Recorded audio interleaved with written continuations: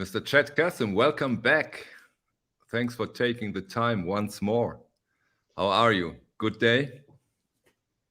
It's a beautiful day in Salina, Kansas, man, in the audiophile world.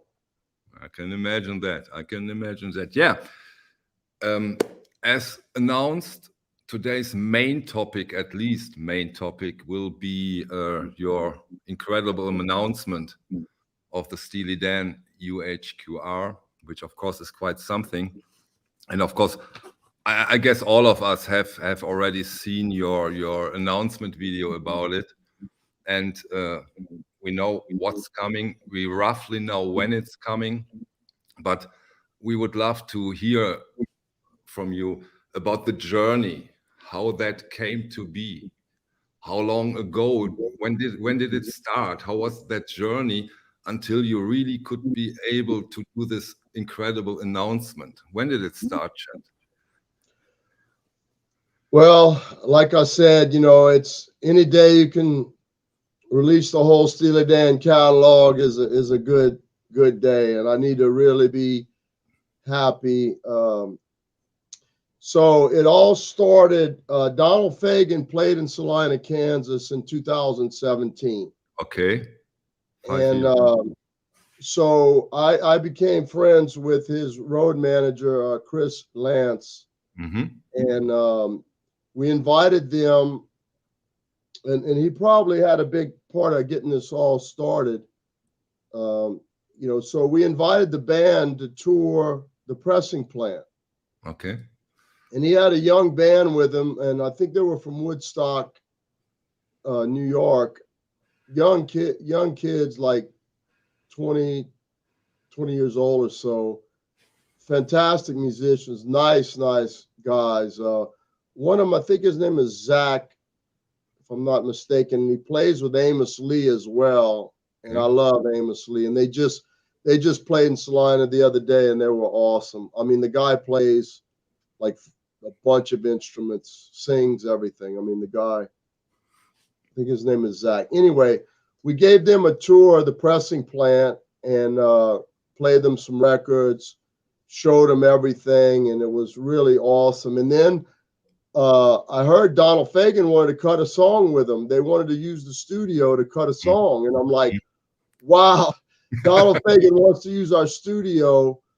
And we didn't have an engineer in town on that day. And so we couldn't pull that together. But boy, I mean, what an honor that they would even think about it. So we showed them the whole pressing plant, everything, spent the day with the guys. Great, wonderful day, wonderful guys.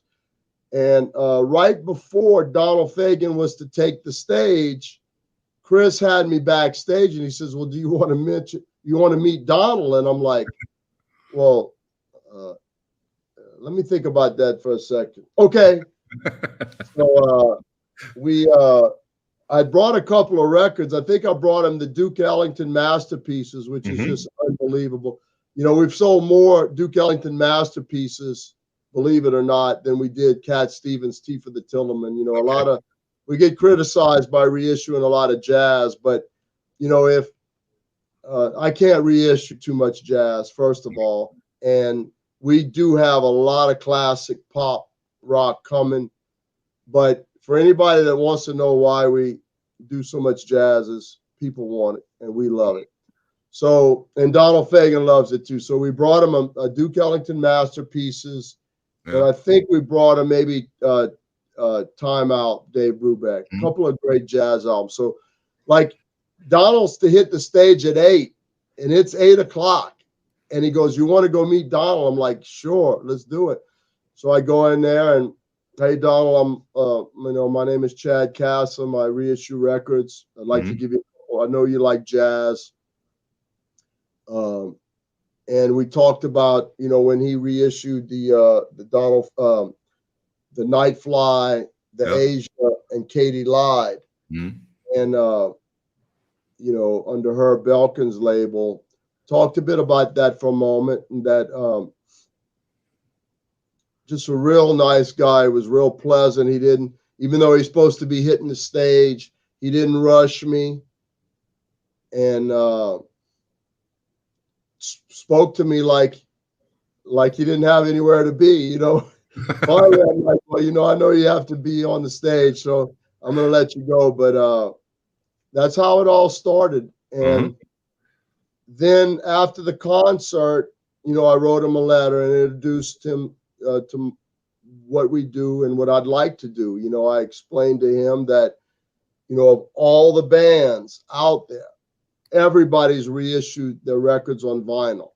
You know, Pink Floyd reissued all their records on vinyl. Led Zeppelin reissued them all. Classic. The Beatles are reissuing them.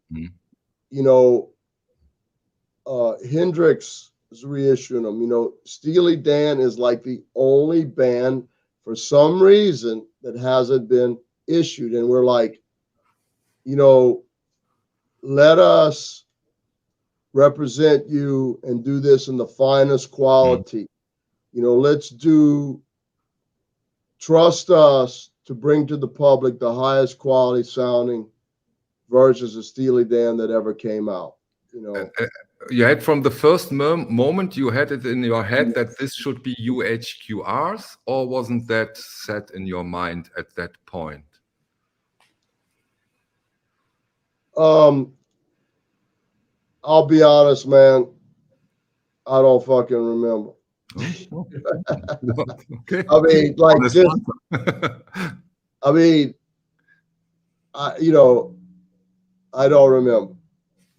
Just the whole catalog. We SACD, everything. You know, you know, and then we just started talking. You know, I mean, man, you know, you email him, he emails back. You know, it's like, oh man, I'm getting an email from Donald Fagen. You know, like, wow, this is amazing. You know, real quick responses, very short, very businesslike. Then he got his manager on a three-way email, and it's like, whoa! The next thing you know, we're talking to one of the biggest music managers in the world, and Donald, and they're like, let's do this, man. Let's move it to the next level, and then I guess things really started heating up around 2019. And, you know, for all the people that are like, Chad, we want you to reissue Zeppelin. We want you to do Steely Dan. It's like, you know, I don't really think they understand how much work and how long all this takes and how much money it takes, you know. And, you know, and it's frustrating sometimes when you realize you keep getting these questions asked, and you know they don't understand. But on the other hand, I have to understand that they just don't understand. If they really understood. Yeah, but this is of course a good opportunity, and I get it. You started 2017 with, let's say, first contact to Donald Fagen. Now we have end of 2022. So if you only consider this time frame until you are able to announce them, I mean, and those haven't been 5 years where you haven't done nothing with it. I think that has been quite intense. And you know, I flew out there, had a meeting with the management company. You know, it's I can imagine. You know, it's like they say, you know, good things come to those who wait, or nothing good is easy. All of those things. You know, you want one of the top 4 bands in the world that's never been reissued on vinyl, and you want that on your label. You know, you think that's easy? No, I don't think so. You know, it's as hard that it's very hard, you know, and if it was easy, everybody would be doing it, you know. Exactly. This is very hard to do. We are very honored to be chosen to be the one to represent such a famous well-known band that everybody wants, you know, and it only took me 30 years of doing this. I can, yeah, the way that they even answer your emails. I get that. Yeah, I get right. And you know, Donald Fagen and his manager are very smart people, and they probably don't just trust anybody, you know, and so it's taken me 30 years of a track record, maybe, Yeah. I can to imagine. for them to go, you know, hey, this guy, we can count on this guy. You know what I mean? We can trust that this guy is gonna do a wonderful job with our records. Yeah. And when you, okay, I can imagine now you have closed the deal in a way, then of course the real work in a way begins, and it starts with the tapes. So as you announced in your video, you're getting, with two exceptions, you're getting the master tapes to do an all analog production. Haven't you been surprised that you got that they still have those tapes, and not the ominous fire from Universal was involved? How was that process with the tapes? well, just like I tell all the labels and all the artists, I said, before we even start the contracts, the name of my label is Analog Productions, and we only use original master analog tapes. The original master analog recording. Read my lips. I tell them that to start. So don't even pull out your pencil and make any contracts. Let's not waste your time's valuable, my time's valuable. Let's just get that straight. Now I heard all the rumors that were out there, and I figured that they probably were true. But thank God I didn't trust, you know, the hearsay out there. You know, because I heard all kinds of stories, all kinds of stories. But I'm glad I approached it like they were available. And again, if you would have asked me to bet, I wouldn't have bet that they had the original master tapes. I mean, because, you know, all these naysayers and all these negative people out there, and people that don't really, you know, what's funny is how little so many of the people know. You know, like I read the comments, and some of the people that, some of the comments, you're like, you realize how little people know. And I'm not saying I know everything. I didn't know, but I had to try. And I'm glad that I tried, that I didn't, you know, like one of my favorite sayings is not taking no for an answer. You know, you got to try, and you got to work hard, and you've got to, and so the labels know that that's what we require. And after some process, they said, okay, we have found, excuse me, we found this one with this one, but we have a problem with the Aja master tape and the Gaucho, right? They sent me a scan of every master tape. Okay. Now, this is a copy of the scan. Okay. Yeah. You know what I'm saying? You see where it says original right there? Yes. Original means original. The village. So this is Can't Buy a Thrill.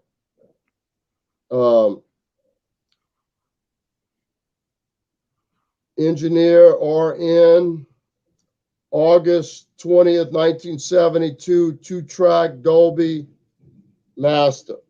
Mm-hmm. It says TML on there. That must have been the mastering lab. So a lot of the original Steely Dans, even Bernie Grundman, some of the mastering engineers didn't put their initials or their stamp. Yeah. So Bernie didn't do it till later. So Asia doesn't. I don't think the original Asia that Bernie did had his stamp, and I don't think that Doug's first Steely Dan had his stamp. But it looks like Couldn't Buy a Thrill in '72 was done by Doug. Okay. Doug so yeah, here's. So they sent me the scans of all 7. Mm-hmm. The first 5 are absolute original master tapes, original master recordings. Okay. Okay. You got it? I got it. Okay. Good. Because I mean, I'm getting emails. You know, I'm so glad that most of my great customers know who I am and they know what I'm about and that they trust me and they can hear the quality in what we do, you know. Right. Right. And totally I'm so glad I got to remember that 99. Remember that, please. Don't forget that. I need to remember that, because when you read some of the comments, wow, sometimes it can get, but our best customers usually are probably not commenting. They're just buying. You know, they're going and they just order. The silent ones, right? Yeah, it's the loud minority. But anyway, the first 5 titles are original master tapes. Okay. Mm-hmm. They weren't lost. They weren't destroyed in the fire. They were in another location. Interesting. Now, the other 2 records, Asia is the 6th, Gaucho is the 7th. Yeah. There's a one-off, uneq'd, half-inch, 15-inch per second of Asia, and there's a one-off EQ'd copy, Bob Ludwig EQ'd Gaucho. Okay, so if they cut Gaucho flat, you're getting the one-off Bob Ludwig EQ'd copy, which Bob might have used himself. So that thing's going to just knock you out. The other one is a one-off uneq'd Asia, and the person that did Asia, Bernie Grundman, is going to be the person that masters it. And then, so that's the first 7. The 8th one is Two Against Nature. That's owned by Warner Brothers. That was an analog multi-channel recording that was mixed to high-res digital. And we had Scott Hall, because Scott Hall won the Grammy on mastering and what he did on Two Against Nature. We had Scott Hall master it off the high-res file. Okay. Then the last one, the last title, we had Everything Must Go. There was a multi-channel analog recording mixed to a true track analog tape mastered by Bernie Grundman. So out of the 9 records, we had the masters for 7. 8 of them were done from the analog, will be done from the analog tape, and 1 was analog recorded, mastered from a high-res 2-track digital. And for those who ask, we looked for a 2-track analog tape of the Two Against Nature. There is none. So we tried. The Asia and Gaucho, that's all that's available. And we tried to find out if there was, masters available. These tapes were they were in another location, and then these tapes were put in another location before 2008 when the fire happened. That's why we don't know where those original masters were, Strange. And we know that they weren't lost then. Okay. So, we're always transparent. We always work as hard as we can to find the original master tapes. And I'm sorry if I'm being like, I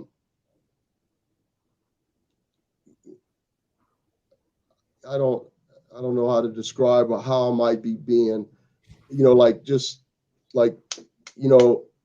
the way it is. Yeah. Sometimes we always try our best. If I'm looking for my keys and my wife asks me where are they, I can't answer because I'm looking for them. If they are misplaced, right. If something is lost, yeah, you don't know where it's at. Yeah, that's why it's lost, right? And after hearing all the rumors about the Steely Dan tapes, and they had nothing to do with the fire, it was rumors that started that other things happened, that they were lost. Yeah. Anyway, listen. Allow me one sentence, because people are start asking a lot of questions, maybe for the structure of this stream.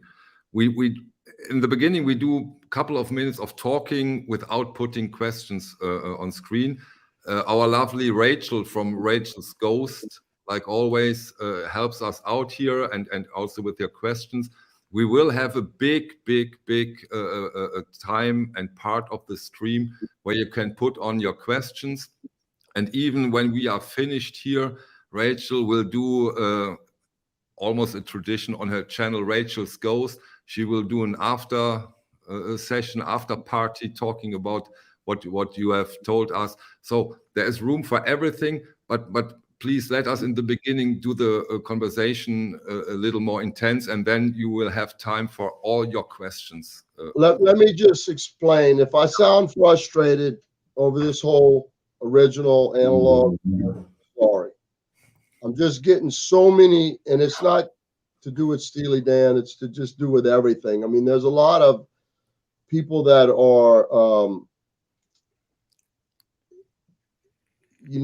there's a lot of doubters in the world. I don't know, things happened in their lives that, they've been lied to. I understand that, Yeah, Chet, and there things has happened, and right, and then things have happened, but yeah. at some point you have to kind of finally trust somebody. That's my feeling, and if you don't, that's fine. There's Spotify out there for people. There's CDs. There's the original albums, which are good, Yeah. and yeah, but as I said, Chet, 99.9% of us are happy that we will see those releases as UH. I know. I need to be happy, man. It's a great. And you can be happy. You can be proud. I mean, it's wonderful. I just get frustrated sometimes because I'm extremely pleased at the that these masters exist, and exactly. I know that between Bernie and me and Quality Record Pressings, this will work out. But when I first heard about that you are doing the Steely Dan UHQRs, wow, that will be a tough one, because you probably agree those are amazing sounding records already, aren't they? This is as hard as it gets, I can imagine. How do you manage? What do you do? How do you compare? What do you do with your system to compare and manage to get it even better? Tell us about that. The basically we get, you know, Bernie gets the original master tape. Then he cuts, like, honestly, on the first one, I had him recut it 7 times. Okay. 7. Normally when we do, whether it's Kevin Gray or Bernie Grundman or Ryan Smith or George Marino, or when we use Doug Sachs, usually, hey, Doug, here's the master. Kevin, here's the master. They usually knock it out of the park the first time. I like to send them the original album, or if there was a reissue that I think that beat the original album, I like to give them the original, the reissue, and even sometimes if they don't have the original, they will beat it first time out. And I would say that happens 90% of the time.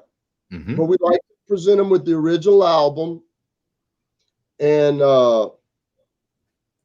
then help them. We really want to give the mastering engineer all the help we can. And the best help you can give the mastering engineer is give him the absolute original analog tape. And that's the best way, and the original album. And that's the best way you can help him, because you want him to help you, and you don't want to tie his arm around, you know, his back, you know, by giving him a digital source. I mean, you want to you want the best. Have this guy in a race, and you want to make him run barefoot in a race. No, you want to give him the best shoes possible. You know, you just came up with that one, by the way. But you want him to fight Mike Tyson with his arm tied behind his back? Probably not. Probably. You know, plus we use the top mastering engineers in the world. You know, guys, you've heard of their names: Bernie Grundman, Kevin Gray, Ryan Smith, George Marino passed on. He did some wonderful work. Doug Sachs. We bought Doug Sachs's mastering equipment. You know, we need to honor these guys, man. These guys are legends. And they've already, like Doug mastered some of the original Steely Dan. Bernie mastered Asia. You know, we use these guys. We use the best guys. And then what Bernie will do, like, send us the original, what he cut. And then I'll have an original here, and I put it on my 2 turntables. You have one original with you? Yeah, and then I play it, and I have a Chris Muth. This is a mastering console, Chris Muth. And then I have the 2 turntables. And yeah, hold on. Let's see. Let's see where. But before we go any further, I want to make an announcement. This is a reveal. This is something that I'm saving for your channel that we're doing that nobody knows about. Okay. You want to hear what we're going to be putting out soon? Of course. Of course I want you. And I'm not alone. Everybody. You ready for it? I'm ready if you are. Okay, UHQR. Wait for it.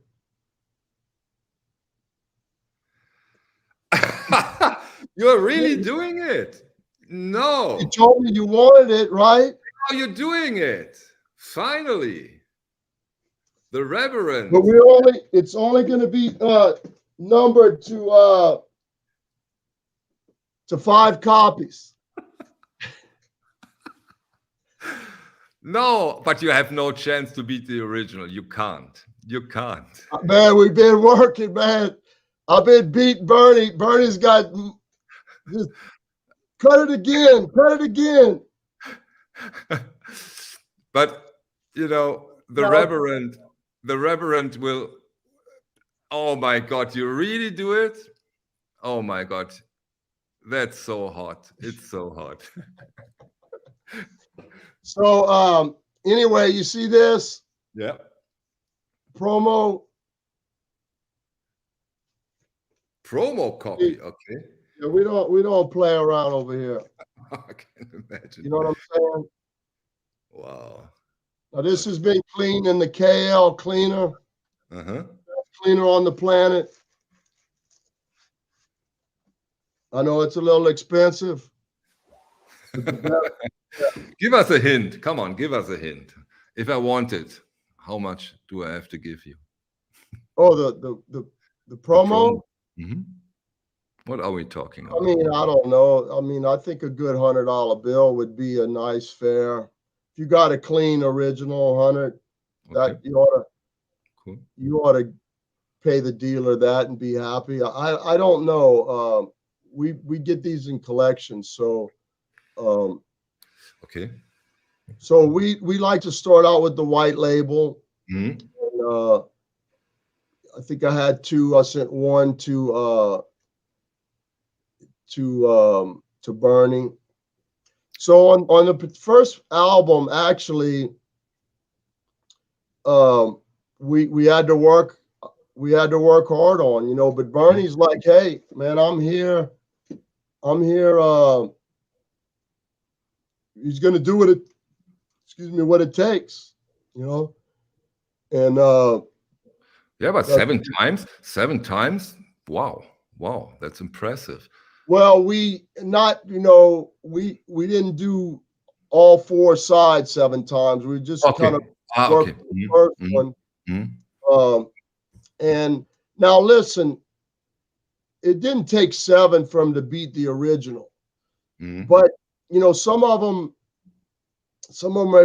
were beating the original, but almost beating it too much. You know, like wow, I mean, all of a sudden you can hear all these instruments you never heard before. You can hear the ambience, all kinds of stuff. You could just hear so much better. It was like, man, it's a bit fatiguing. It's a bit much. You know, tone it down a bit. But I'd have to say, so far, the Steely Dan has been challenge. Yeah, a challenge. It's at least the first album. I'm hoping it gets easier. So, okay, interesting. At what point are you right now? You have a tentative street day for the first one, 4th of November, I think. Yeah. You probably have a test pressing already. Yeah. Okay. And how far are you with the others? Can you share that information? Well, we're working on them. You know what I mean? I got three of the 4 sides approved on the second album. Okay. They're recutting one. So yeah.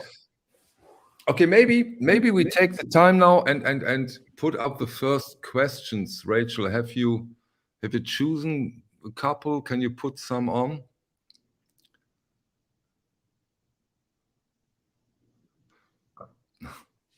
Technically, or I mean,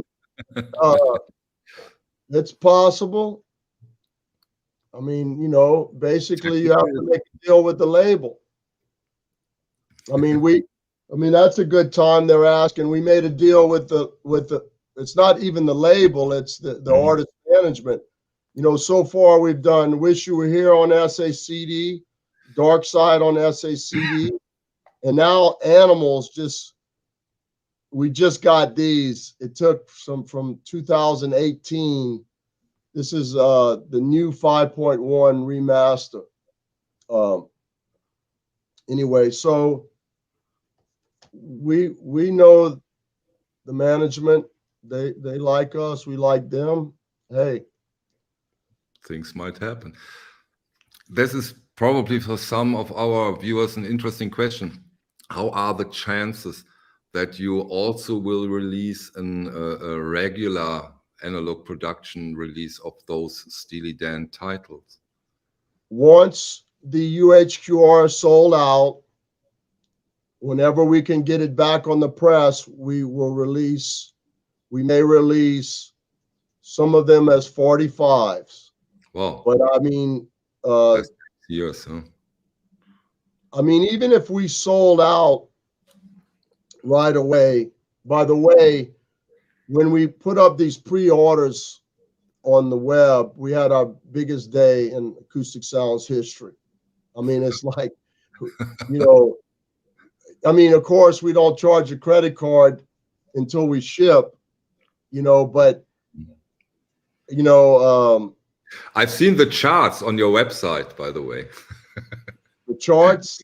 Yeah, place number 1, number 2, it's all yours, all Steely Dan's. It's unbelievable. Oh yeah. Like that, we went back. I think the Kind of Blue UHQR is still our #1 seller. The 45 of Kind of Blue. We just released this, and this is kicking. So this is still #1. But all the Steely Dan's gone up to the top. So basically, what will happen? Did Donald Fagen approve the pressings? Ah, cool. Yeah. Donald, I emailed Donald and asked him if he was invited. A friend of mine, a really, really good customer who's fortunate to have a Gulfstream jet, flew me down to Bernie and spent some time in the mastering with Bernie. And so we offered him to come, and he emailed Chad, I trust that you're going to do a good job. So, just to be very clear, because for one question, go back to the regular. I had a question I just answered about did Donald Fagen approve the test pressing? No, the answer is he trusts what I'm doing.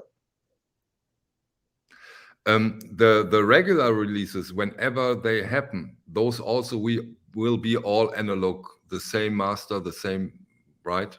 Just not on UHQR. 33, that Universal is releasing the 33, and for all some people, the 150 for the UHQR is a little more than they want to spend.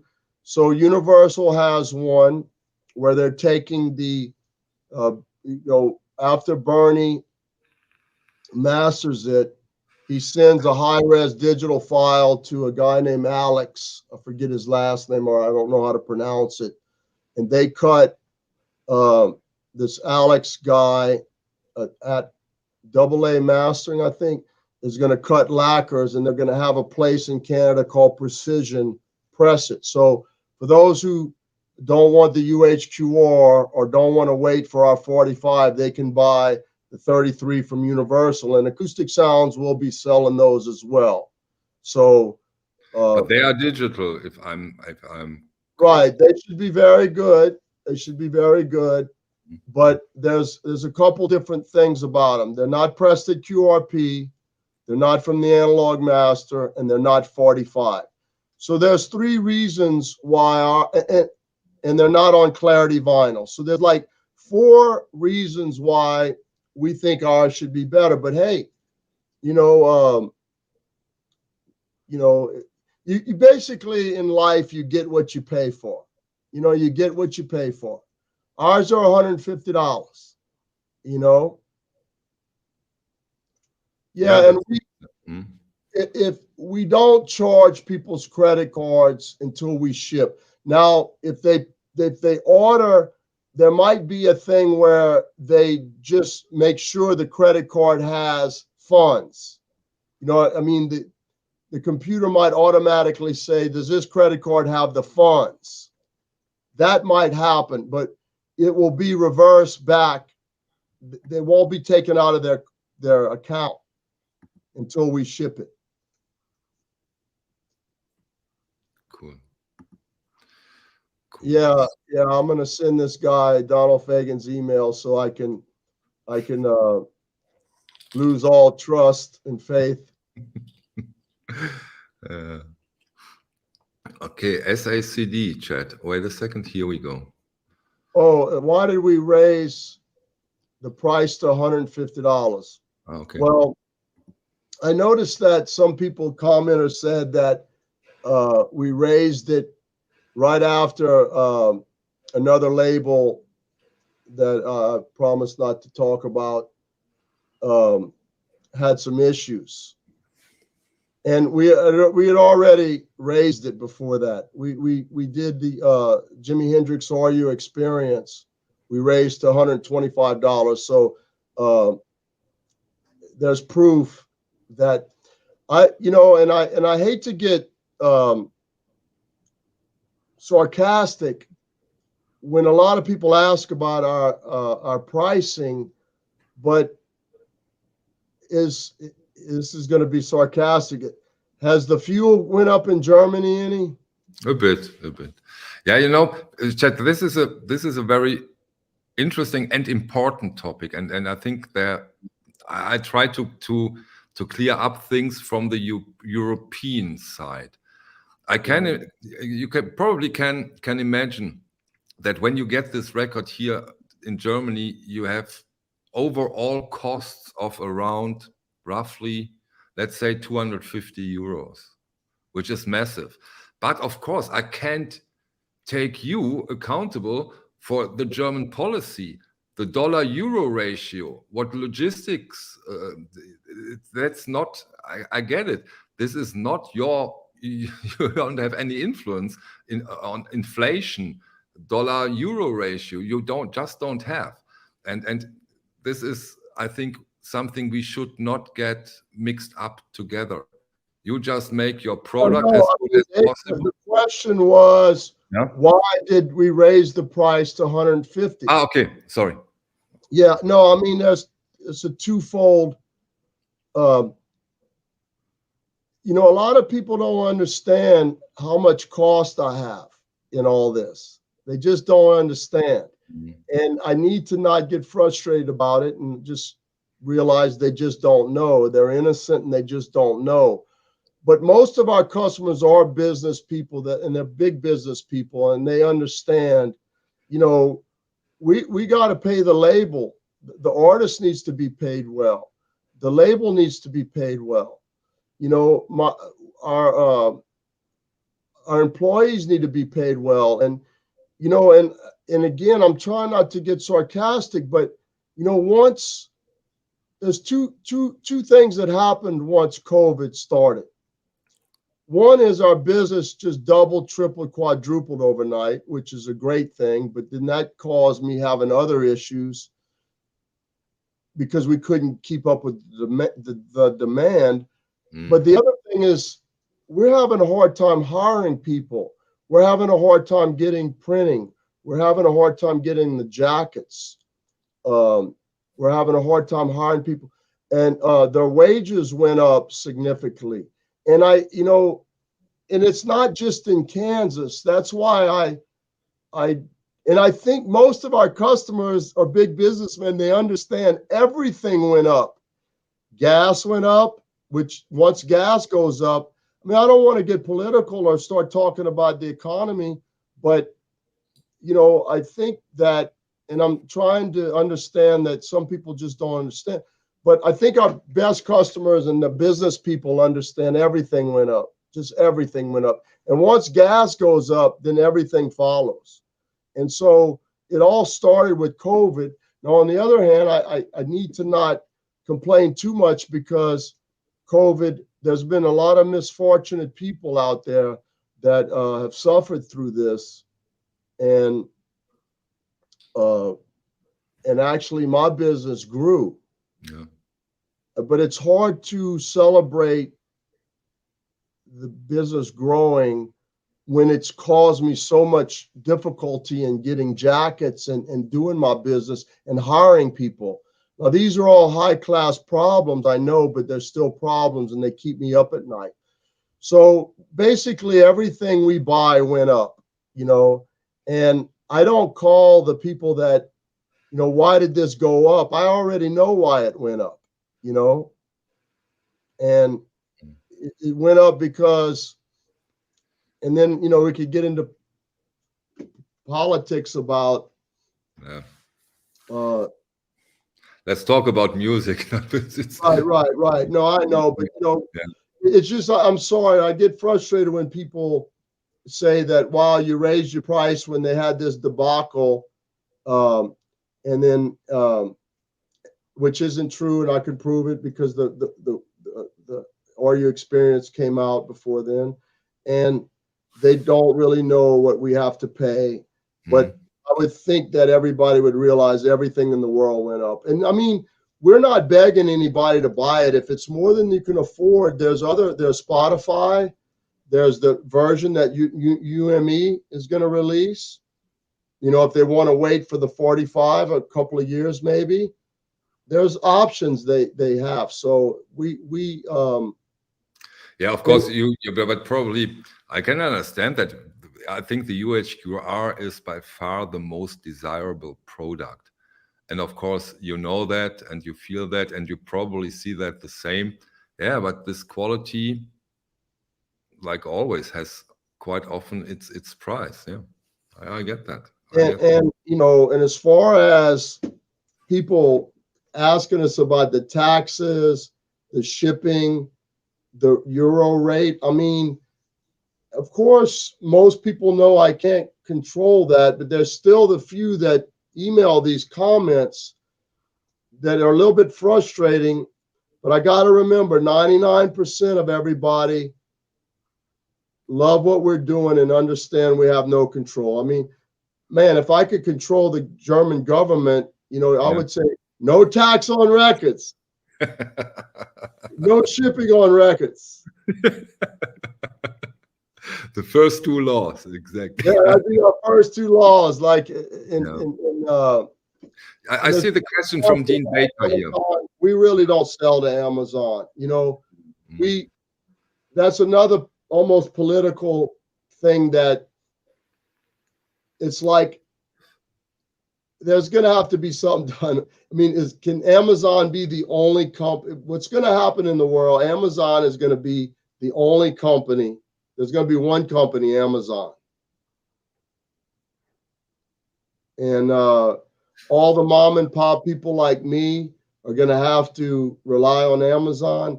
No, I'm not really. I'm trying my best. I'm trying not to buy from them and I try to buy from the mom and pop, the people, the companies that make the product so they can get the most profit and the most money to keep their businesses going. So, I mean, I know Amazon is so convenient, but it is. And then don't forget, Amazon is not only Amazon. Amazon is 100,000 of very small dealers. It's not only Amazon. They have their shop there, and so it might even happen that if you do retail, that you can get it over at Amazon because this dealer you sell to decides to have also an Amazon shop. That might even happen. Yeah. That's fine. Hey, it may be on Amazon. It may be on but the whole retail. How do you handle that? Like with the kind of glue that you deliver to your orders first, and then you get them to the retail, or how will you handle that with it? Everything is everything in the world is supply and demand. Everybody wants paper right now, and we can't get it, so the price goes up. Yeah. And I mean, I'm sorry that a lot of the people watching don't live in America, but if I want to order something from Germany, I'm going to have to pay shipping. I'm going to have to pay taxes. I'm going to have to wait longer. I mean, everybody can move to America. I don't. Yeah, of course there is always, but I can imagine that with all that you have on your hands, there's always a chance maybe someday that we have an Acoustic Sounds Europe, of course, but I think this is not your plans, right? I mean, right now, I barely have time to use the bathroom. You know what I mean? Yeah. I have to go to sleep sometime at night. Yeah. Okay. Then this is a perfect question right now. So this titles the Steely Dance we will see hopefully until the end of 2023. Caesar with the two. He's always put the two thumbs up. Is that how you say it, Caesar? He comments two thumbs up. Yeah. He wants to know what the next UHQR. Just hold on to your horses, pal. There's going to be some stuff to blow you away, man. Okay. Classic rock. And we're in the level of the UHQRs. We want to keep them AAA top titles. You know what I mean? We're not gonna. We're gonna keep them like, Rolling Stones top 500 record type things. You know what I mean? So that means we don't see only a Steely Dance in 2023 on UHQR. We may see also different titles during that period. Well, it's going to be hard to sneak in a few. We're going to try to sneak it. Well, there'll be two we sneak in for sure. Okay. And these are going to be extremely limited. Extremely. We made this deal. I ain't saying nothing, but we made a deal for two killer titles. We made this way before COVID. They wouldn't change it. They're going to go up, and no, we're not doing Electric Ladyland, at least for a while. But there's two titles that are going to go up, and they're going to sell within 30 minutes. Promise you, that's all I can say about those. We will try to put a couple of UHQRs in next year, but chances are not many. But we have plans. We're getting, labels are starting to call us. Artists are starting to call us. Okay. That's nice. I mean, people that we used to ask, hey, we want to do this record. Now they're like, hey, Chad, you want to do this? And I'm like, sorry, man. I'm sorry. Okay. Times are changing. Cool. Yeah. That's cool. Wait a second. Any questions, Rachel? Okay. Factory tours available, Chad. They want to visit you. Come on to Salina, Kansas. We'll give you what we call the ball juggle tour. What is it with the Bill Evans box, Chad? They are shipping right now? They're gonna be shipping on Monday, baby. Okay. And it's got 22 records in there. It's 11 records. It's 22 different vinyl. Yeah. We could have released 22 new reissues to do this box. So that's another thing is people are like, why is it so much? We could have did 22 different Analog Productions titles to reissue this box. That's what we had to do. So we had RTI, our friends at RTI, Don and Rick. We love those guys. That's where I first started pressing my records in 1989, 1990 at RTI. I pressed from 90 to 2010, 20 years. And now we're so big, and QRP started in 2010. Now we're having RTI help us, and we really appreciate those guys. Those guys are great. And the level of quality is at the top. And I think they appreciate us too. My favorite artists, Lightning Hopkins, Clifton Chenier, Dr. John. I'm from Louisiana, man. I'm blues. It all starts with the blues. It all starts with the blues. you know, Fats Domino, Muddy Waters. But hey, man, love me some Zeppelin, Foghat, Allman Brothers, Steely Dan.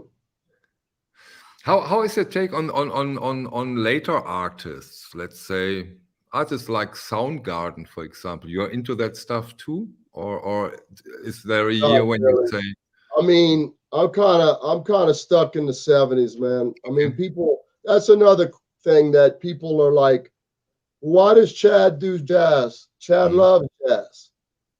Why does Chad do blues? Chad loves blues. Why does he do? I do my favorite records. We need to let there be some space for another reissue label. Like people come to me as like, man, Chad, I got a great idea. And then they tell me the idea and I says, you know what? That is a great idea. I said, it's such a great idea. Why don't you do it yourself? You know what I mean? Sure. You just can do that many titles. I totally get that. You can do a certain... I do what I like. I mean, I do what I like. Let's let another reissue label do new music. It's not, I like to see Bill Evans, I like. So I like to do things that I can recommend. I like to do things where I can twist your arm. Michael, you have to buy this. This is awesome. I do things I believe in. I do things that cost so much money to do these records. And sorry if I get animated or I get excited and passionate and I sound like I'm frustrated. I kind of can get that way, but it's because I'm passionate and I like to do records that I can. It costs a lot of money to do these records, and it costs a lot of time. And I don't want to listen to test pressings of music I don't like because I got to listen to them over and over again, you know. And so I'm going to do my favorite records. To me, there's no greater feeling in the world to remaster Ted Nugent's first album, something you grew up with, and listen to Stranglehold and crank it. You know what I mean? And you're like, wow, I've never heard it like that. That's what I wake up in the morning ready to do. And what I love to do is to hear my favorite record done in the highest quality. And I'm not real familiar, like Soundgarden. I mean, to me, Nirvana Nevermind is a new record to me. Okay. It's a new record in my book. Interesting. You know, and I like it. I love Nevermind. Soundgarden, I'm sure they're great. Just as an example, you know, it was just an example. I know the guy. I'm just starting to listen to him, kind of. You know what I mean? Learn about him. We pressed their records at QRP for the major label. The guy played. Chris Cornell played twice in Salina. I didn't go. I wish I'd have went. A little late to the party. You know what I mean? And he's gone now. I've been listening to, I mean, I like that Alice in Chains, that Rooster song. Okay. That's a freaking killer track. So like, I'm just starting to get into some of the best songs of Soundgarden, some of the best songs of Alice in Chains. I've been in Nirvana a bit for a while. That Nevermind is just a stone cold classic. I can't announce. There's a couple of albums in that range that we will be doing. There is some new stuff that we're doing, but for the most part, I do records I like. So people. What did you just say? You will? Okay. Yeah, we're going to be doing some. There's going to be some announcements, and it will be before the end of the year. I told y'all I had 2 huge announcements. The Steely Dan was one. There's another huge announcement that's on the par of the Steely Dan. Hold on to your horses. I hope everybody's glad that it's Analog Productions that's going to present this to y'all. You know, one of the most common comments on my videos is, in chat we trust, believe it or not. A lot of people always write in chat, Kassem, we trust. I appreciate that. I love that. I need to remember that when I'm reading all the you have to. Right. negative comments from. Then there's not many, you know. It's like you said, 99% of everybody trusts us and loves what we do, Exactly. and it's just so weird, you know. And it's just, I know Nirvana and I know their records. I'm just, you know, I like. Basically, I like the singer-songwriter stuff. You know, I love J.J. Cale. People were asking what's my favorite. Tony Joe White. Rainy Night in Georgia. Polk Salad Annie. I love J.J. Cale, and I love the versions, the singer-songwriter. I love like Unplugged. Okay. You know, I love the less is more, the less instruments. I don't like music that's loud. I don't like hard bop. I don't like hard metal. Okay. I don't like hard bop. I'm really basically into the sound, right? And if it sounds good, I like classical. I love classical because it sounds so good. I didn't grow up, J.J. Cale, naturally, man. I didn't grow up. You know, I'm from Louisiana. I'm a Cajun from Louisiana. I didn't listen to Claude Boudreaux and the Opelousas Symphony. Okay, I didn't grow up listening to this sort of music. Okay. So I grew up, but I love the classical because it's so, the sound is so good. So it kind of starts with sound quality, you know, and like. Less is more for me, less instruments. Hard metal, hard bop, it's not my thing. It's somebody else's thing. There can be another reissue label, do Metallica. There can be another reissue label. Well, we can't do it all. We can't do it all. So let me at least not in your quality. I totally get that. Sure. Right, and a lot of that stuff, if it's loud and it's loud throughout the whole album, it doesn't need an analog productions quality because we can't make chicken salad out of chicken shit. You know what I mean? Okay. We can't polish a turd. No. You know, I'm sorry. We can't. And let another label do all that. You know when you come to Chad that he's picking his favorite records, and there's a reason why he reissued that. He didn't do it just for the money. He did it because he really found something that he thought other people would like, you know, and they can follow me along with what I do, or they can follow another label along with what they do, you know. Maybe we should address that topic, Chad. Wait, Rachel. This so-called DBX problem on the KT Lite. You have any take on that? Okay, let's see. Okay, here's the picture of the original master analog KT Lite. Original stereo Dolby A, tape speed 30 inch per second, recorded May 9th, 1975. It says master. It don't say anything about DBX. Hey, maybe there was DBX in the 24 channel. I don't know. All I have is the absolute original 2-channel master analog 30 inch per second master tape.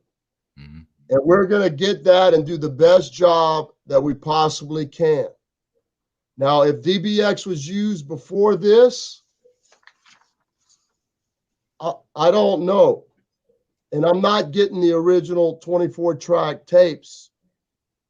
So I don't know about the problem.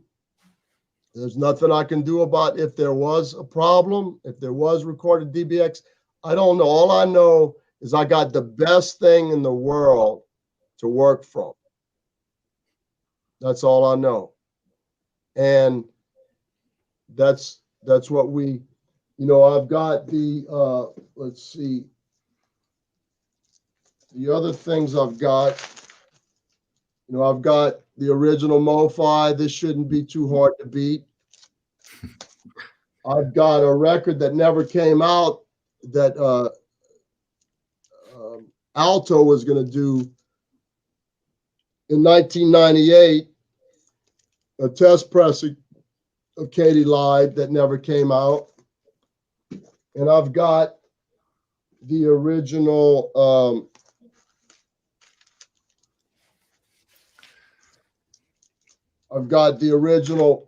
promo, white label promo. Wow. So Bernie's going to get all these, and I'm going to use all these, and I'm going to compare it right there. And we're going to do the best job that we can on Steely Dan, Katie Lied, and all of them, And when we start with the original analog tape, or the best analog tape that exists, and we used one of the best mastering engineers, and then I use my two turntables to listen in A/B, and we check the sound level. We make sure that sound level is the same volume, because that can trick when you're ever A/B in a record. First of all, if you only have one turntable, it's hard to recall what you just heard. Then it's hard to recall to set the level at the same. And by the time you get up and down, now unless one kills the other one. Yeah.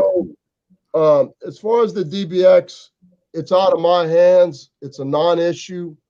It might have happened before they made the 2-channel tape.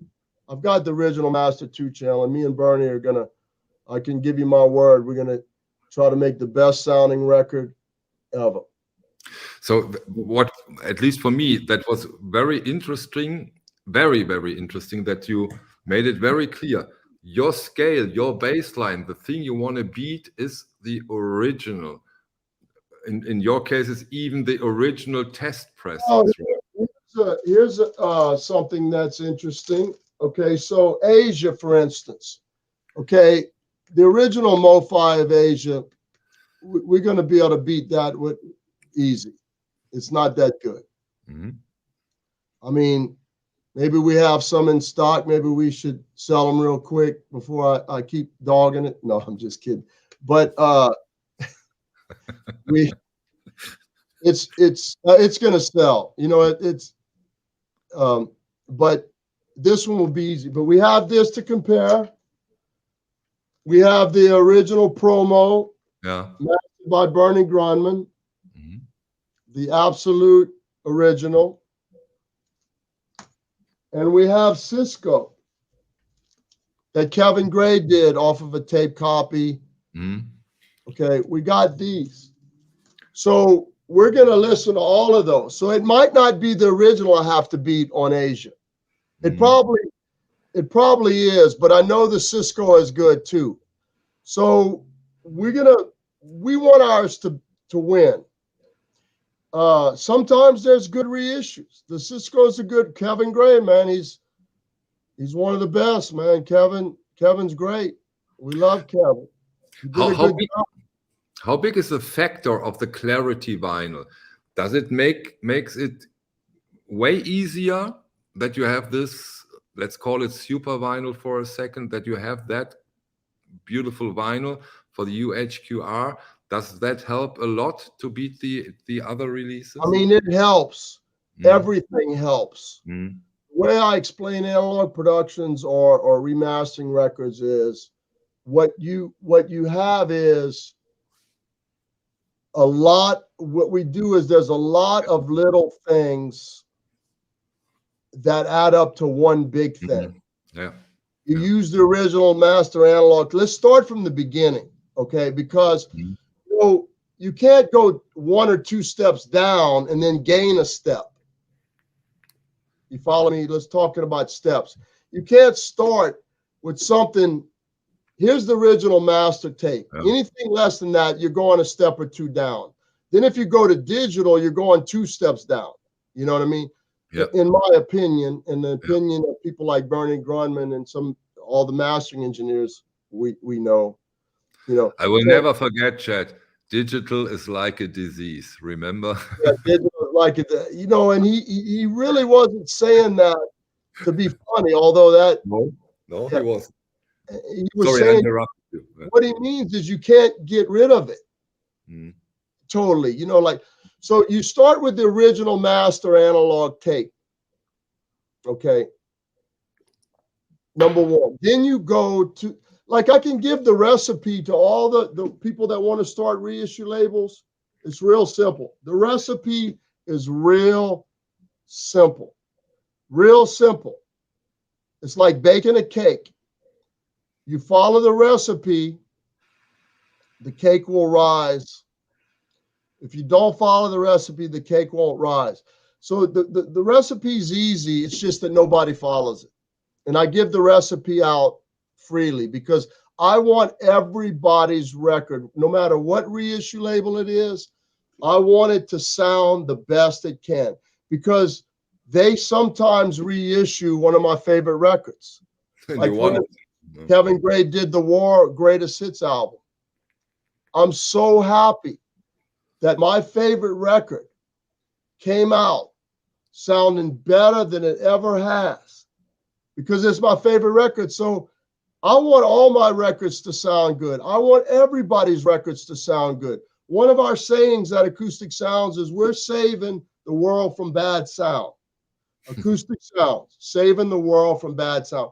So when another label does, you know, a record, one of our favorite records, you know, Mobile Fidelity did Bill Withers' Greatest Hits. I love that record. Now, I didn't compare it to the original, but, and I know they probably used DSD. It sounds pretty good. You know, that's one of my favorites. So sometimes when another reissue label does one of my favorite records, I'm happy. And I don't mind giving them the other thing that we've done with, well, I don't mind giving the recipe. It's just, it gets frustrating when you give the recipe and they don't follow it. And then they come, wow, it didn't sell that well, Chad. You told me that if I did this record and I did this, I said, all right. Did you use the original master? Yeah. Did you have, who'd you have master it? Oh, Jimmy Joe Johnson. Dude, who is that guy? Why? I told you, master. You know, who'd you have press it? So here it is. Here's the recipe. Original master. Use a well-known guy like Ryan Smith or Bernie Grundman or Kevin Gray. Have the best place in the world played it. Have RTI played it and press it. Have QRP played it and press it, although we're not taking new work, so please call RTI. Go to RTI, okay. So have the best played it, have use the original master, have the best mastering engineer in the world cut it, try to listen to it, make sure it beats the original, have the best place played it, have the best place press it. Now, all these things, plating and pressing, all these things mean something. They're very, very, very, very, very important. Most people cheap out. Most people, when they get the bill, they, you know, they let the price dictate what they're going to do. That's what we don't do. When people ask me, Chad, how come your records are $40 a piece? This is what I tell them. The records that are $40 a piece because when it comes to, like when we listen to a test pressing and it has a tick, and we know that that tick is in all three test pressings we listen to, and we go, wow, that's such a small tick. Everybody will think that's in their own copy. They won't even realize this tick. And I go, no, we're going to remaster it. It's going to cost me a couple of grand, but we're going to remaster it because we want that tick to be gone. And then, and I asked myself, you know, because I asked myself, wow, I could save $2,000 or $3,000 by letting that little bitty tick stay in there. And then I tell myself, well, you know what, Chad? The reason you charge $40 is because it gives you enough room that you're not going to lose money, or you're not going to go broke. Yeah. You charged enough to where you can demand perfection. And don't get cheap, Chad. Don't get cheap. Yeah, I can imagine that This is $40, and you charge 40, so you didn't have to compromise your standard.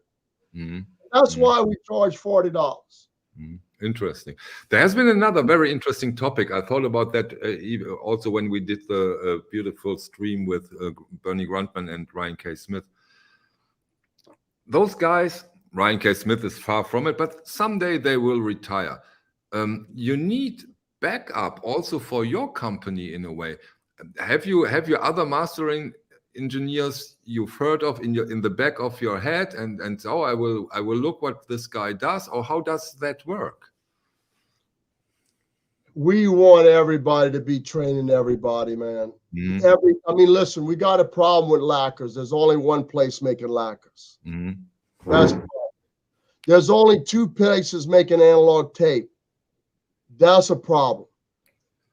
There's only a few of the greatest mastering engineers that know how to do this. Yeah. It's hard to, the styli, the cutting styli, the fixing. There's only like one or two guys in the world that can fix cutter heads. Dude, these are serious, serious problems. Now, I mean, these aren't serious problems like world hunger. Yeah, sure. But for the business. As final records, when there is only one or two or three people that can make cutter heads, and one of them was 90 years old, he retired, and that guy don't want to train anybody. Sometimes these people that are the masters won't pass it on. You know, they won't pass it on. Most people will. Yeah. If somebody asks me, I will tell them, you know. But what's frustrating is when you tell them and they don't listen, you know. But so we got lacquer. There's one place. Tape. There's only two places. Yeah. Cutting, mastering engineers. There's a few places.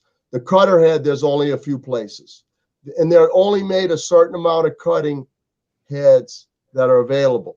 So, man, there's this bunch of huge problems that we want people to pass the knowledge down, man. We want all the knowledge to be passed down. Yeah. And, there's maybe you can answer that briefly, because he asked that for quite some time. Any chance you can give us a street date for the Roger Waters? Probably in the next 6 months. Wow. Okay. The jackets have been ordered. Again, when you're dealing with Pink Floyd or anything Pink Floyd, there's dog years. Okay. There's years. There's dog years, and there's Pink Floyd years. Okay. How old are you in Pink Floyd years? 3? But you know what? Pink Floyd and Steely Dan are two of the bands that, man, they care about quality. They use James Guthrie at Pink Floyd. James is an absolute freak when it comes to quality. And, you know, and we respect him. And, you know, it's like they say, anything hard, it takes time to do the hard things. And it costs money to do it the hard way. And that's what it takes, and that's what we're willing to do, and that's what it takes when it comes to Pink Floyd and Steely Dan. This man sees Roger Waters tonight, Chad. Oh, really, really? He just played in Kansas City, man. I should have went. I can't believe I didn't go. I have fun, Harry. Yeah, that he's awesome. He's playing in the round in most venues, so a lot of people get to see. I mean, he's playing like so much of Wish You Were Here and so much of Dark Side, and Amused to Death. To me, you got Dark Side, Wish You Were Here, The Wall, Animals, and Amused to Death. to me, those you can put them used to death with the top 4. Okay. Pink, in my opinion. Here is someone with a great business idea. Well, I like metal as well. Have you thought about that? Thought about what? Led Zeppelin? Man, I don't know if that would sell. And I never thought about Led Zeppelin. I don't know if it would sell. We will see. Maybe try it one day. Yeah, I'll try it. Maybe. Let's see. Maybe I should think about that. Okay, Chad. What a weekend, huh? Bill Evans. Yeah, so we released animals.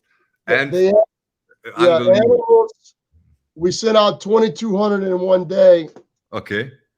We're releasing the Bill Evans is being boxed right now. It's being shipped on Monday. Yeah. And Steely Dan whole catalog. Okay. Right. What you have? What are your plans for next weekend?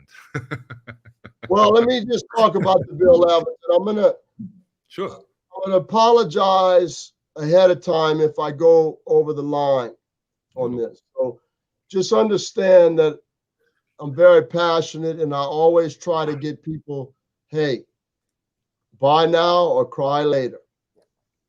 And there's been a lot of people crying that they didn't buy the Bill Evans. Like we released this in 2010 the first time. I think we had RTI press it the first time. No, Palace. I think. Okay, maybe Palace. Then we had RTI press it. Then QRP pressed it. And everybody's like, oh, they wait till it's gone and then they want it when they see it on eBay for $2,000. And then they call me and they, and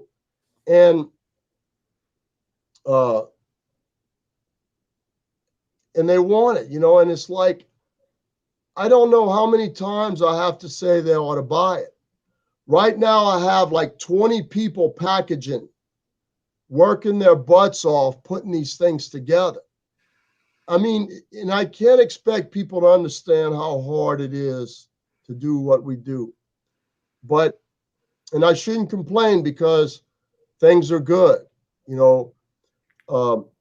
but it's going to be a while before that thing goes back on. You know what I mean? It may be years before. I mean, it will be years before. Yeah. Because I could have put out 22 single releases to do this thing. So we did it. Chad, that's almost a complete acoustic sound series. Imagine that. Yeah, over a year. It's a year's worth of releases that we did it. We did it. We have over 1,000 orders, and we're going to make 3,000. Okay. Yeah, the mono of 45, the pet sounds, that's another one. If you don't buy it the next time, it's the last time we're pressing it. Okay. The pet sounds, Beach Boys, it's the last time we're pressing it. Do you repress also Surfer Girl once more? Because I don't know about that. I don't want to promise something. Okay. If you want the Beach Boys, you better buy now. I'm sorry for being, sounding like a dick about it. I'm telling you right now. Last time. Buy it now or cry later, or buy it on eBay or Amazon or Discogs or wherever you like to buy. Fine. I'm telling you right now, and I'm the same thing for Bill Evans. And people someone asked, and this, I love that record. Please, can you answer that one? Will Helen Merrill be repressed? At some point, maybe. We had it for years. We told everybody for years to buy it. We love that record. That record is beautiful, man. It's awesome.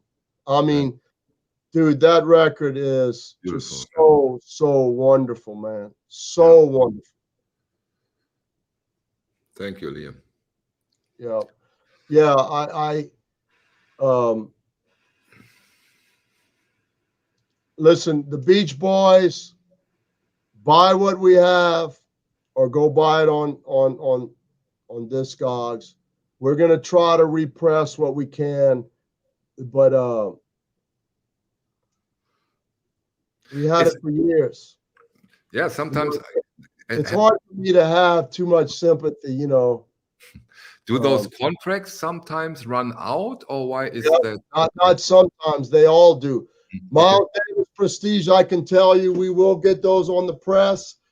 Those Prestige, like when they were available, and we started out like 10 years ago on the Prestige Mono, and I think we did the stereo in 2014. You know, they sold all right. The people that were smart bought them, but a lot of people were kind of yawning. And it's so funny now. I think it took that ERC to do the $575 versions to make people realize what an absolute bargain our thing. Yeah, those Prestige, they are. I remember that was a time when I got into this audiophile stuff more and more and more. Those Prestige, that has been my, oh, I want them, I need them, and all have been out of print, and the prices were so high because you haven't done them for quite some time, and yeah, that yeah, we got a big order with our printing, probably like 20 different titles, and all the Miles Davis Prestige are in there. So those will happen. I mean, they will happen. It's just, you know, just gonna have to wait. But I mean, when you see them come out, man, you know, and I'm not twisting anybody's arm. That's the thing, you know, all these people that, you know, the Bill Evans is too expensive. Well, obviously it was going for like two grand. Some of the single albums that were in there were going like for 500. I think it's worth every penny of what we asked, and there's 1,000 people that already placed pre-orders on it. So, you know, any chance? I have a question too. Any chance for the Creedence Clearwater revival? I don't think so. Yeah, we did. Yeah, this was a set we did. This was awesome. Yeah. I mean, we had that. Those were awesome, man. Long time ago, huh? In a way, a different vinyl age, right, Chad? In a way. Yeah, I mean, to me, you know, I need to remember that people are just getting back into this, or, you know, it's just hard for me when I bring out these records and people don't buy them when they come out. Yeah. And then they, you know, you know, it happens to us all. You know, I was at Amoeba in San Francisco one day, and I had a Gene Ammons, Soulful Moods of Gene Ammons, Moodsville original. Yeah. And I put it back. And it wasn't 5 minutes after I drove away from that place that I'm like, you know what? And so now I don't do that shit no more. You know what I mean? Yeah. You gotta be smart enough to know when to pull the trigger. Yeah. And you know, like I said, we're not twisting anybody's arm. You know, don't buy it. If it's too much from us, don't buy it. Please don't buy it. I don't want anybody to spend money that they shouldn't be spending on records. You know, records are a hobby. They're fun. You know, if the Bill Evans is too much, they have the OJCs, they have Spotify, they have CDs. You know. Oh, this is a nice question. Have you ever been to Abbey Road, Chad? I have. The guy from England, Stuart Brown, who passed away at Testament Records, invited me to Abbey Road. He's doing some awesome EMIs. Nice guy. I stayed at his house in London. And we, I think it was a guy named Andy Walters was a mastering engineer and young guy. We went in there, and it was probably a good 20 years ago. And they were recording a soundtrack. So they brought us up in a room, like the Abbey Road Studio 1 is it's like 50 feet tall and 77. It's almost the size of our sanctuary in our church. Big square. I mean, it's 50 feet tall, like 77 long. It's a big square. And then they have an upstairs where you can look down inside. They have a little window you can, and I think that's where they put like the 3-channel stereo tape machines. And they brought us up there, and I took a picture with the flash, and they were recording a classical, like some famous soundtrack. I forgot what it was. And I saw one of the musicians like look up like that, like with the flash. Oh shit! You know, I'm like, damn. Because I was what have you done? Yeah, I know. They have a restaurant in there, a cafeteria. I mean, it was Stuart. Thank you for doing that. That was a highlight of my life. So yeah, I have been. Okay, Chad, we've hit the 90 minutes mark. I thank you once more so much for sharing all this knowledge, passion. So we got one big thing. Yes, okay. So yeah, just again, so the whole Steely Dan started in 2017, and it's been just years of negotiating and tapes and then so on Thursday we'll have a YouTube video with a special guest and on Thursday. So sign up to Acoustic Sounds email newsletter and be watching Thursday. This won't be live, but I think it's just a casual conversation with somebody that I think you'd like to hear from, the coolest guy in the world, man. And yeah, check it out. Check it out on Thursday. Come on, tell us. Come on, tell us. If you're smart, you can figure it out. Okay. Yeah, I have an idea. Really, Chad? Oh my God, how cool is that? I hope I'm not wrong, but I have an idea. Yeah, no, this guy's pretty cool, man. And he I was amazed at some of the things he knew about that, you know, like us, our audiophile stuff. But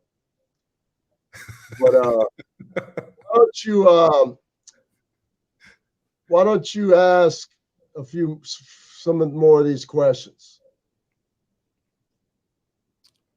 Pardon? Ask a few more of these questions. Me or the Peanut Gallery? Oh. The recent video. Yeah. Yeah, I'm glad. Yeah, it's a nice statement. I'm glad people understand what we do and how we do it, you know? Yeah, this one was a huge one, I think. First, how you made it, the quality, damn, that was hot. I think I've watched it over 10 times at least. It's such a great one. Oh, the behind the scenes. Yeah, that's the behind the scenes. Yeah. No, I'm not doing the alternate blues, at least not now or anytime soon. But that is an awesome recording. Do you have that, the Pablo, the alternate blues, Mike? No, I don't. Well, I should have, huh? Yeah. It's awesome. It's awesome. So no Willie Bobo on Verve, sorry. We are going to throw you a bone with Pharoah Sanders, even though it's not really, no Whitney Houston. I'll do my favorite stuff. We throw you a bone with Pharoah Sanders. It doesn't sound that good, but a lot of people want it. We're going to try it.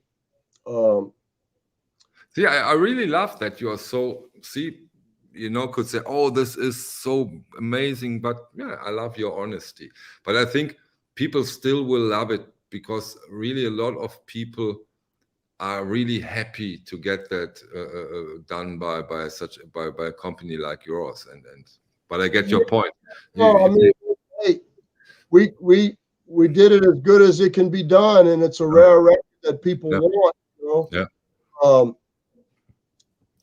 This might be an interesting one. Rush. Out west, it's coming. It'll be a while, but it's coming. Okay. Interesting. Wow. No Cure. Donald Fagen? Question mark, question mark, question mark. I don't know. We'd love to get Donald Fagen on the on YouTube. Wouldn't that be cool? I would love to see that, of course. Yeah. Let's see. Revolver on UHQR would be cool, but that ain't happening anytime soon. Cream would be cool. Yeah, Cream would be cool. Yeah, man, they're so fast. In the right place, baby. That's one of my favorite all-time records, man. Okay. That is awesome. What's a nice suggestion, in my opinion? It's so fast. Traffic. Oh, it's gone. Traffic? Any chance? I was close on Traffic. Yeah. But no.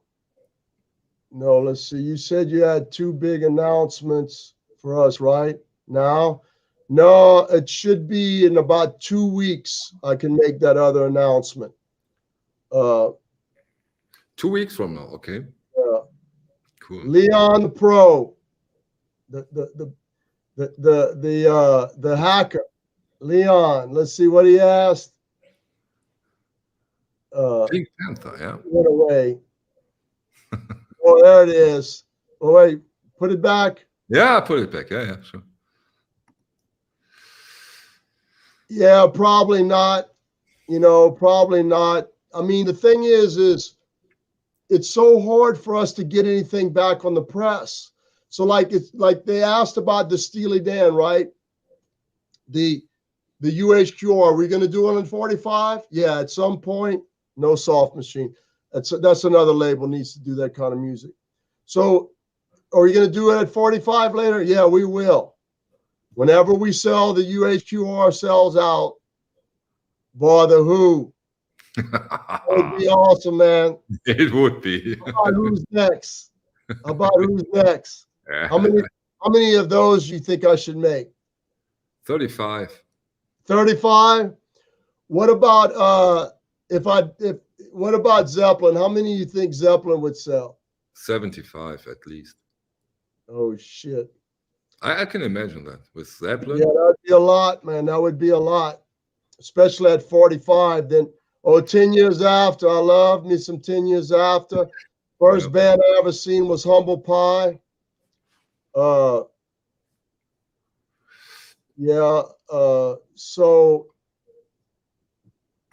everything. Okay, what did Leon say? Okay, let me see. The chat is so. Leon, please write it again, please, because I can't. And Rachel. Hacking. He's a big Hoffmanite. He is. Yeah, he put that stuff on Hoff. Yeah. Mm-hmm. Hey, man, I know a hacker. Let's hope. Let's hope. Hey.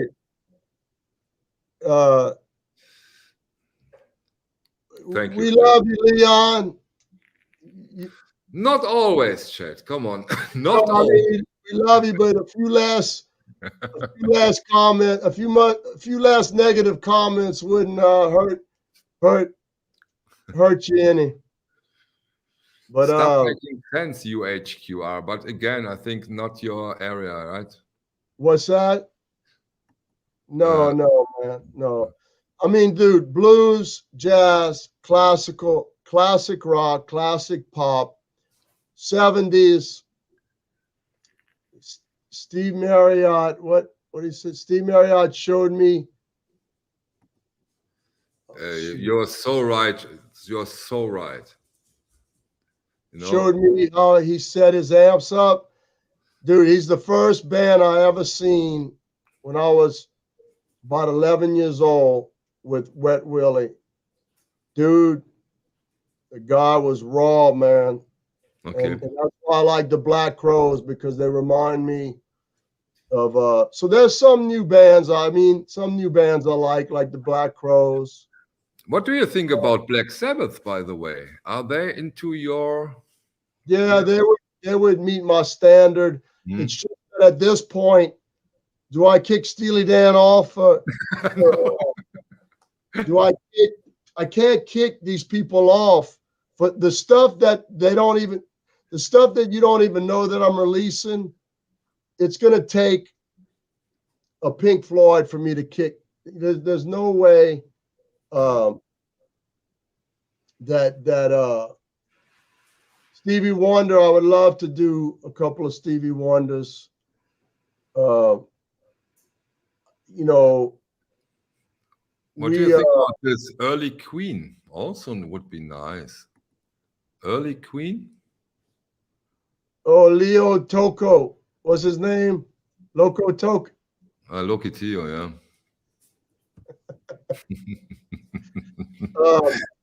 Yeah.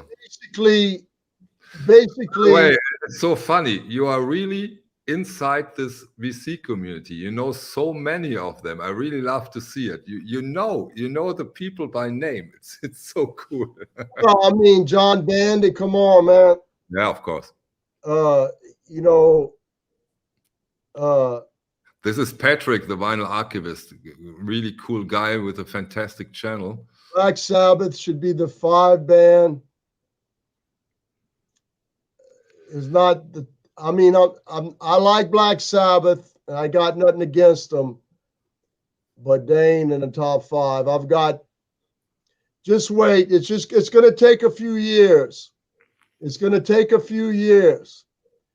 But people are going to be very, very, very happy with our next announcement and then some of the other stuff that we got planned. So it's almost like 10 years. I can't really put anything. I mean, Black Sabbath, if Black Sabbath came to me right now and said you could have our whole catalog, I might have to pass. Really? But come on, you would find a tiny little corner where you can no chance? Wow. Not UHQR. Now maybe we would do it. Okay. I'd probably have RTI do some 45. But anyway, look, we appreciate your channel. We appreciate, seems like you understand what, we appreciate that you seem to understand the work that it takes to do these things right, that you have listened to our records and have a good like you get what we do. We appreciate people that understand what we do, and we appreciate the people that understand why we charge the price we charge. And and nothing comes cheap. Quality don't come cheap. But, with your transparency, you make it easy to understand in a way. I think it's, for us, it's all transparent why it is as it is, of course. So you help us. We're really proud of what we do, and we're proud of the way we do it. So we love to show people what we do, how the sausage is made. We love to do this because we're proud of it, and we have nothing to hide. The only thing we have is stuff to show and to be proud of, and stuff we want to show you, and there's no hiding here. If you want to ask me a question or do a YouTube video, hey, ask me. You got a question, ask me. Cool. We have nothing but stuff to show, stuff we're proud of, and we've always been up front. You know my name, you know the name of my company. I'll tell you my whole history. And I'll also try to advise the new up and coming people like you said, we need to pass this along. You know, I'm 60 years old. I'm not going to be doing this forever. I welcome the other reissue labels. Hopefully they do some of my favorite records. I saw one label did some Meters albums. I love the Meters. In fact, I love them so, maggot brain, that's going to be for somebody else. You know, I love the Meters. In fact, I knew I couldn't sell enough meters to make it. I wasn't going to do it because I wouldn't sell that many. So I was happy to see the. I'll never forget. I got a Parliament story. Yeah. In Louisiana, when I was about 15, we had this. My mother hired a lady to babysit me. You know, my mother was really cool. She'd be going to New York and stuff, but she hired an African American lady to sit with me, and you know, cool lady, man.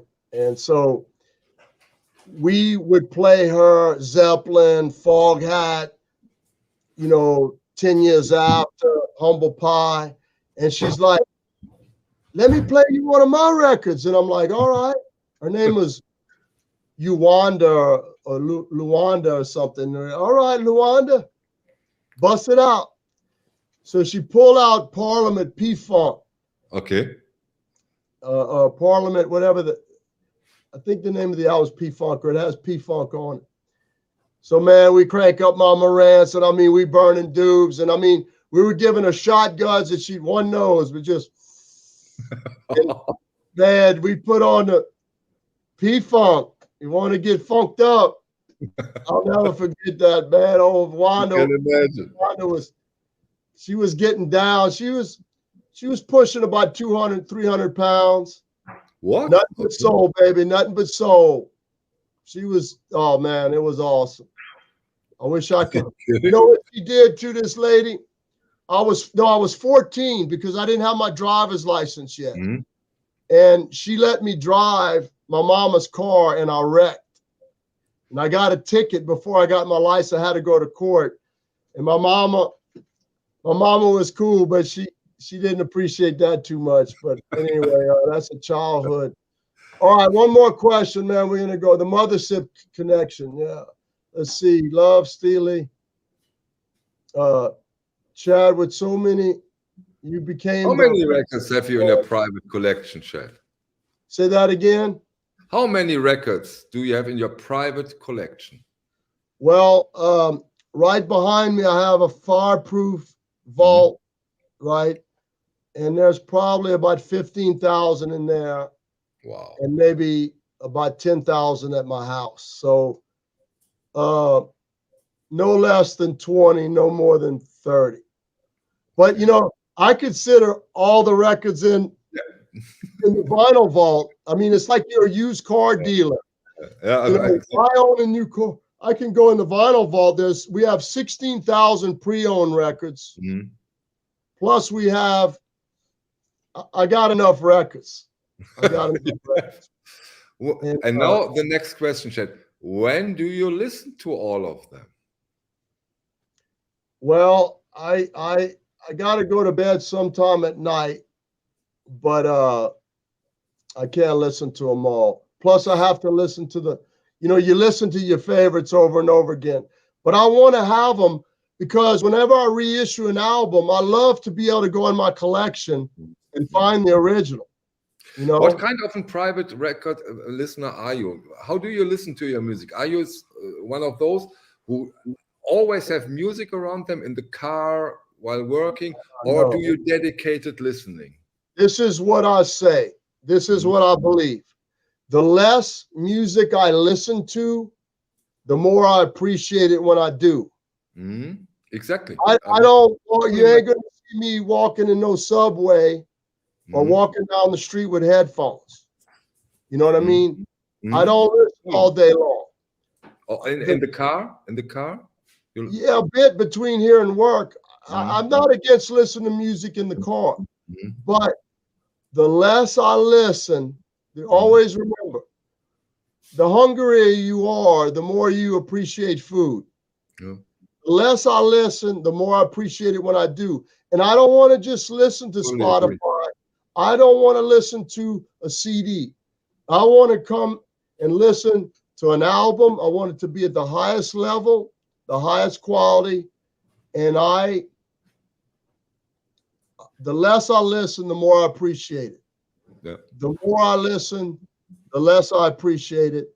And so that's how I roll. And I'm not a headphone guy. I listen to the headphone when I listen to test pressings. Mm-hmm. Mm-hmm. I'm not a on the plane, because the way I believe is that's the time you talk to people, that you look around and you're in the world, you know. Exactly. Or when you're in the nature, just I think I want to be in the nature. Hear the as much birds as sing. possible. Mm-hmm. Hear no Charlie Brown at 45, or we did the Charlie Brown on 45 and a 33, and we're pressing the Charlie Brown for Concord. So there will be another QRP pressing. Okay. What kind of turntables I have? I have a bassist. I have Techniques. I have an Air Force One. I have we have Techniques SP10 Mark IIIs, Technique 10 SP10 Mark IIs, Techniques 1200s. I have an AR. I have Gerard 301, Gerard 401, Thorns 124, Thorns 224, Thorns 126, Thorns 226. I'm going to have Okay. everything. Wow. All right, dude. Peace. Love your channel. Appreciate it. Love your company. And I appreciate it. Again, if I got passionate, or if I sound like I'm frustrated, or I get a little bit passionate about what I do, this is what I do. I spend 24 hours a day. That's what we like so much about you. And it's hard for me to tone it down, man. You get what you see what you get. That's who I am. That's all I'll ever be. And for all of those who will discuss further on, Rachel from Rachel's Ghost will start the after party. Let's call it that, Rachel. All right, dude. Hope I answered all your questions. I tried my best. Thank you so much, Chad. See you next time. I hope this wasn't the last time. I think it wasn't. And the Bill Evans, man, if you want it, buy it. If not, cry now or buy it. Is mine shipped, Chad? Is mine on its way? Can you please look? Okay, I was kidding. Don't worry, bro. You've been asking me for it for a long time. You will get it, man. I'm happy. Can't wait for a video with it. And thank you. And, like I said, 3,000. We probably sold about half. All right, dude. We'll see y'all. Thanks, everybody. Hey, thanks. Bye-bye. Thanks for supporting Acoustic Sounds. We reinvest every dollar into upgrading this whole. And can't wait for the ice castles, by the way.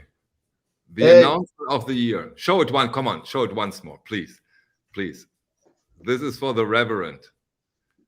Here it is. Here it's unbelievable. Unbelievable. That was such a great surprise. Thanks for doing that. Bye. All right, man. Y'all have a good day, man. Thank you. Bye. All right, bye.